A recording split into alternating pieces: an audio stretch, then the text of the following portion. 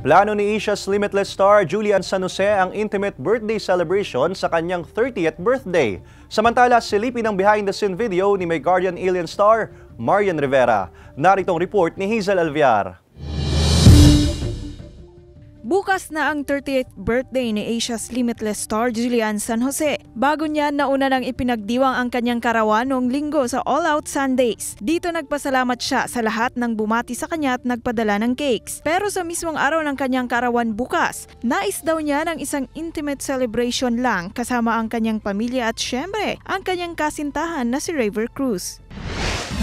Bukod sa kanyang husay bilang isang aktres, hinahangaan din ang mga groovy dance moves ni Marian Rivera sa social media na pumapatok sa netizens. Sa ibinahagi nitong behind-the-scene video sa set ng My Guardian Alien, makikitang pinapractice ng aktres ang dance steps ng nauuso ngayong Salamin.